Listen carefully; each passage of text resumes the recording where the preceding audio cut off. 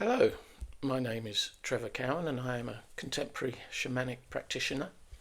I've just published my second book, How I Changed My Life, a journey from engineering to shamanism.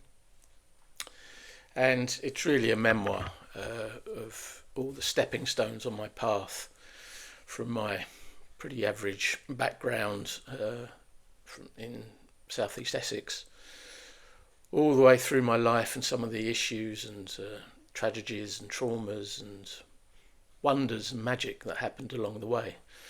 And it's really a sister book to my first, which is Change Your Life,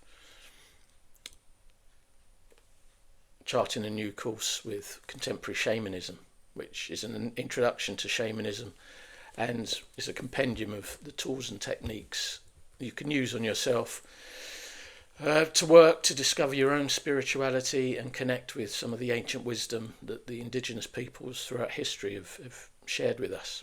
And they work together hand in hand, which is why I'm offering them both for a reduced price of £20 from the Book Dragon at Chapters in Chai in Stockton. But I'd just like to read you a short introduction to my second book, How I Changed My Life.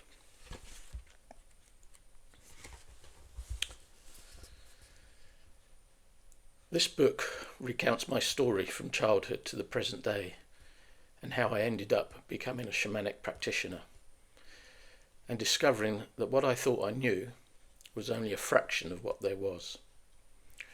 My background is, to my mind, quite normal, quite middle of the road. A soft conservative upbringing in Essex, in the south of the UK and close to both London and the River Thames. As I continued on my path through life, an underlying yearning to know more, but also perhaps a realisation that there was more, kept nagging away. It was an itch that eventually, after almost 40 years on planet Earth, I got to scratch. That something more was packaged up in different forms, including yoga, meditation, Reiki and shamanism.